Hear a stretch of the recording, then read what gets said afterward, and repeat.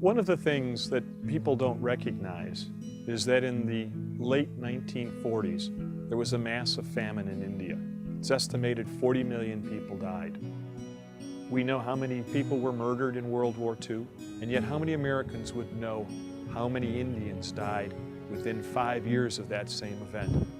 In terms of trying to address some of the most important pressing problems regarding feeding the world's populations, I think probably the best solution is through plant breeding. I was a Peace Corps volunteer in Nepal, living in a rural village in the Himalayas where subsistence agriculture was how virtually everyone made their living. They depended on many crops, among which was corn. As a Peace Corps volunteer, I worked in West Africa, in the country of Burkina Faso, where I worked in a cowpea, black-eyed pea breeding program. In one year, there was an infestation of corn borer, a larvae that got into the corn stalk and caused it to break over. So the yield was drastically reduced.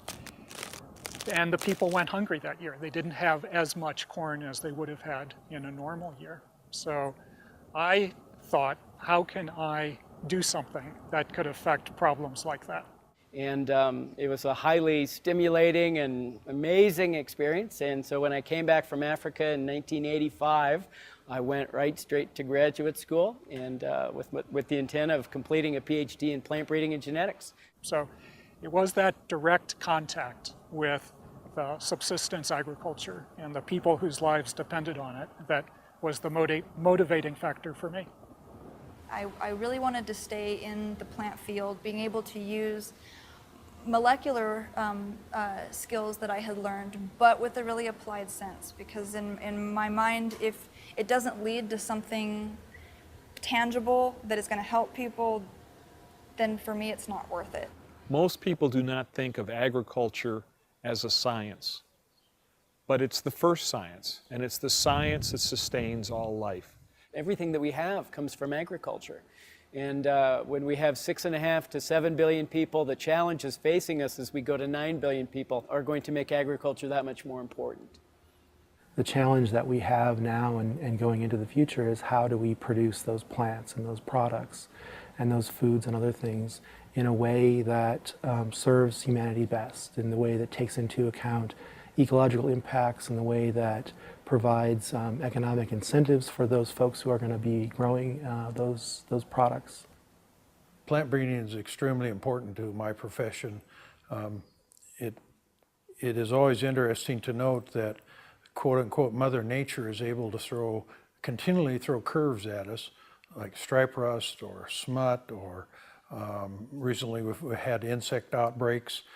So we rely heavily on plant breeding to provide resistance or tolerance to many of the problems that would make it almost impossible to grow wheat in our area. In plant breeding, I think it's very important that a relationship between us as plant breeders and then the growers or producers of our crop is maintained very strongly. They're the ones that are out there every day. It's their livelihood. The varieties that we plant now really are the difference between going out of business and staying in business, because they have increased our bottom line and helped us remain competitive. I talk to people about what they see in the grocery store. And I say, do you realize that everything in this grocery store is the product of plant breeding? Because that carrot that you see with the long, perfect taproot and nice color is not what that carrot looks like if you were to find a wild carrot. The consumers are the primary benefactors of plant breeding research.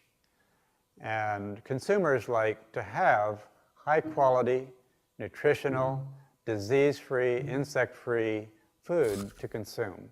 If you look at the ancestors of the modern crops that we plant now, you can understand how breeding has really promoted the ability to feed people and feed animals around the world. As soon as humans started selecting individual plants and replanting the seeds of those, that was really the basis of modern agriculture. And much of the work that we do is just using standard hybridization techniques that have been used by man for over 100 years. Just simple transfer of pollen from one parent to another to generate a new strain that has traits that we're interested in. And we start with very large numbers of individuals, and through the process of testing and selection, we whittle that down to fewer and fewer individuals, and hopefully at the end of that process try to find something that will work for the farmer, it's profitable, will yield well, and then has all the other characteristics that's needed by the farmer as well as needed in the marketplace. And so really our goal is to be able to look more at the genetic control of not only increasing the yield and the productivity, but decreasing some of those chemicals that we have to use on the crop to make it a more sustainable system in whole. I think the public's knowledge about plant breeding is rather limited, and that's unfortunate because it may hamper the use of some really important techniques in the future. And I think we're seeing that future develop right now. And those of us working in the public sector in particular are trying to figure out how to apply all the new technologies so that we can develop better varieties faster, more efficiently. With each generation of change, we find new tools and new advances in approaches in how we use plant breeding. But in the end, there's such a solid goal that everybody is working towards, and so you feel like you're actually doing something that makes a difference when you go to work every day, and I wouldn't change it for anything. My predecessor told me there will be 3 things you'll enjoy as a plant breeder. The first is when you make a cross, because that's when you look at all of the possibilities of the progeny of those 2 parents. It's kind of like a puzzle to me, I guess, to be able to put those pieces together and see what genes, which markers control which traits.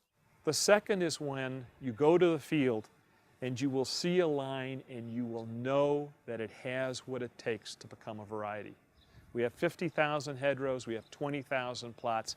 When you see that one line and you know it's got a variety, you know you've done something good. Plant breeders are able to recognize the potential for disasters before they actually happen. So by building in this resistance to disasters, plant breeders can have a really positive impact on stabilizing food production. And the last part is when that line that you saw is grown on millions of acres, and you remember when you held all the seed of it in the palm of your hand. Every plant breeder must understand what they hold in the palm of their hand.